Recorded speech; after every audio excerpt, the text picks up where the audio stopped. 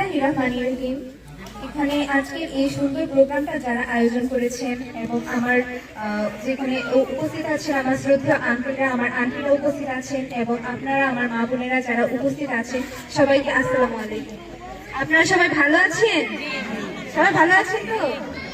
আমরা আসলে মূলত এখানে কেন এসেছি? আমরা এসেছি আমার বাবা জনাব অ্যাডভোকেট মোহাম্মদ জালালউদ্দিনের জন্য ভোট চাইতে। আপনারা হয়তো জানেন যে ত্রয়োদশ জাতীয় সংসদ নির্বাচনের জন্য বিএনপি কর্তৃক আমার বাবাকে কিশোরগঞ্জ 2 আসনে মনোনয়ন করা হয়েছে।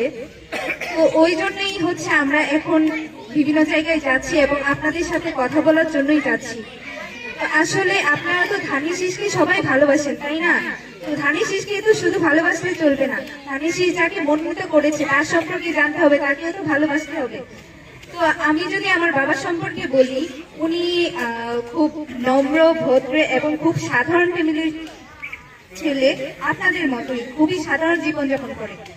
তো ওনার জীবনের পুরো 48টা বছর এখনো চলছে, আজকে পর্যন্ত চলছে এবং ওনার সারা জীবনটাই চলে যাবে রাজনীতির পিছনে। তো এখন পর্যন্ত 48 বছর হয়েছে ওনার রাজনীতি। একজন মানুষের জীবনে 48 বছর তো আর মুখের কথা নয়, বলতে গেলে তো সারা জীবনটাই উনি দিয়ে দিয়েছে, তাই না? তো 48 বছরের মধ্যে যে বিগত 17 বছর আমরা যে একটা স্বৈর শাসকের শাসনামলে ছিলাম, তো ওই শাসনামলে আমাদের যারা বিএনপি নেতাকর্মীরা আছে এবং বিশেষ করে যারা দলের জন্য কাজ করে বা দলের ভক্ত যারা আছে, তারা কিন্তু অনেক বেশি কষ্ট ভোগ করেছে। এখানে আমার আন্টিরা উপস্থিত আছেন, ওনারাও ভোগ করেছেন, কারণ আঙ্কেলরা তো দূরে দূরে পালিয়ে থেকেছে, আন্টিরা কিন্তু ঘরে থেকেছে, কিন্তু ঘরে থেকে সেই যে দুর্যোগটা আছে সেটা কিন্তু আন্টিরা ফেস করেছে।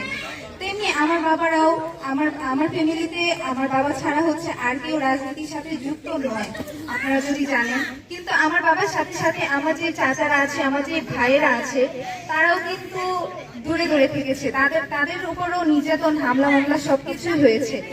তো আমার ভাইয়েদের যোগ্যতা থাকা সত্ত্বেও এতদিন তেমন কোনো সরকারি চাকরি, কোনো সরকারি চাকরি এখন পর্যন্ত তারা পায়নি। কারণ যোগ্যতা আছে, তাদের একদম সর্বোচ্চ যোগ্যতা আছে, কিন্তু আমার বাবা ওই যে বিএনপি করে, সেই জন্য হচ্ছে তাদেরকে শেষ মুহূর্তে তাদেরকে পাঠিয়ে দেওয়া হয়েছে যে গিয়ে তোমরা রাজনীতি করো, তোমাদের চাকরি করতে হবে না। তো আমরা 2024 সালের 5ই আগস্ট স্বৈরশাসককে বিদায় করতে পেরেছি, একটি নতুন বাংলাদেশ দেখবো বলে।